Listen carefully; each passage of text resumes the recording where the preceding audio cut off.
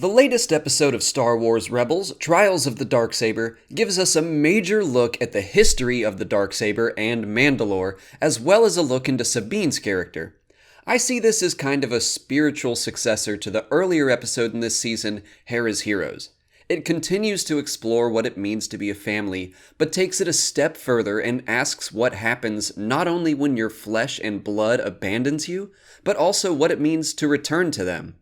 Finn Rao teaches Kanan the history of the Darksaber, that it was created by the first Mandalorian Jedi. Saying Tar Vizsla was the first implies there have been more in the 1,000 years since his time, but even in Legends, Mandalorian Jedi were a rare sight. After Tar's death, the Darksaber was kept in the Jedi Temple until it was stolen back by Clan Vizsla, who then used it as a symbol of power to rule Mandalore. That's all relevant today because, of course, the Rebel Alliance could use some Mandalorians on their side. Hera specifically says they would be helpful in the attack on Lothal, so the Atollon rebels are planning to take out the TIE Defender base, which isn't exactly news, but its mention here definitely leads me to believe that it's a trap, but I'll get into speculation a little later. The thought is that if Sabine can learn to fight with the Darksaber, she could unite her people, or at least her family, and bring more Mandalorians to join their cause. She doesn't seem too keen on the idea of facing her family again, and Hera sympathizes with her, but also pushes her to do it anyway. She expresses knowing how Sabine feels in regards to having a complicated family, and I like the way that this show takes time to have those emotional through lines between episodes. Last week we saw Wedge and Hobby, and it's great that we see these visual consistencies, but I think it's even cooler that a cartoon has consistent emotional development for its characters as well. Sabine spends days training with Kanan, and before we even get to a breakthrough on Sabine's family, we learn a good deal about the Force and the Jedi. Kanan confirms that the Force is in all living things whether they want it or not. That anyone with the willingness to accept the Force can learn to wield it at least to some degree.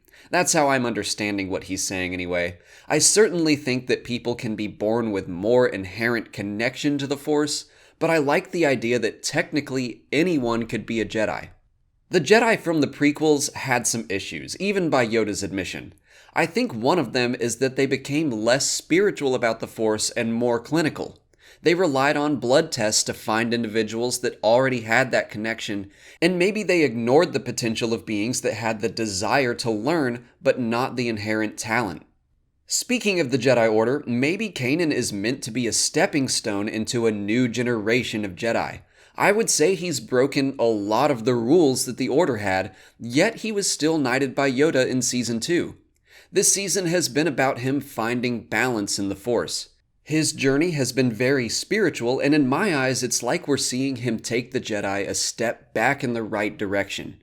When we met Yoda in The Empire Strikes Back, he never warned Luke against emotional attachments. Yet when we see them in the prequels, love is forbidden?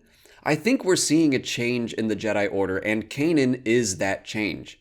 A Padawan largely trained under the old rules that now has to make his own.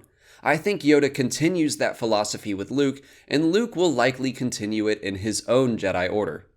But I'm getting off topic. Sabine's training continues to give us new details on the history of Mandalore and the Darksaber. Kanan mentions that the Jedi won the war with Mandalore, so it's sounding like the Mandalorian Wars, or at least something like it, are back in the canon. If you're unfamiliar with that, in Star Wars Legends, the Mandalorian Wars took place about 4,000 years before the films, introduced the character Darth Revan, and also involved the devastation of Malachor. Like we saw with Malachor having a new history, I'm sure the Mandalorian Wars will be adjusted as well, but it's cool that at least something similar happened. As for the Darksaber, we learn at least a little about it technologically. Kanan says it has a crystal, which is something I've always wondered, only because the blade behaves so differently than that of a normal lightsaber. The new animations for it were really cool, showing it crackle with energy. I guess the different blade behavior can be accounted for the way Tar Vizsla constructed it, rather than a different energy source. We still don't know yet. When Sabine finally opens up about her anxieties surrounding her family, she tells us that she didn't abandon them, but rather it was the other way around. She built weapons for the Empire that they then used on Mandalore, and when she tried to speak out against it, her family sided with the Empire anyway. She left the Empire to stop making weapons, kind of like Galen Erso, but also because she herself had been betrayed by her family. So it's understandable that she wouldn't be too excited to head back home and unite them. We do know that she will go back, where we'll probably meet not only her mother, but her father and brother as well. At one point, Sabine says the Empire wanted to destroy worlds. This could just be a cool thematic line, but it does make me wonder what kind of weapons she was working on. By the way, the Bendu makes a cameo appearance and gains some insight into Sabine. I wonder if that'll come back, and I also wonder if Sabine could have even seen the Bendu if he had moved. I'm still not sure how he works exactly, if he's more a spirit than an actual creature, only seen when he wishes it or what. As for what I think will happen down the line, she will be successful and at least some Mandalorians will join her to help fight the Empire. In fact, the Mandalorians could take the place of two groups from Star Wars Legends that were involved in Thrawn's story.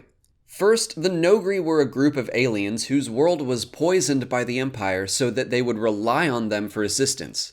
The enslavement of Mandalore is different, but they're definitely considered a subjugated race, and I could see them fulfilling story purposes for the Noghri down the line. Group number 2 is a small army of smugglers. In the final battle of the Thrawn trilogy, their surprise appearance starts to turn the tide of the fight in the Rebels' direction. I do think we will see Mandalore join with the Rebels, but it might be a dramatic and important decision made at the last second when they can swoop in and help save some lives. The next episode is about a month off, but it sounds like it will continue this thread of Mandalore and the Darksaber. But that's it for today. If you want to see my other Rebels reviews, you can watch them in this playlist. If you haven't already, please like this video, subscribe to the channel, follow me on Twitter, Instagram, and Facebook, and consider checking out my Patreon page. As always, thanks for watching, and may the Force be with you.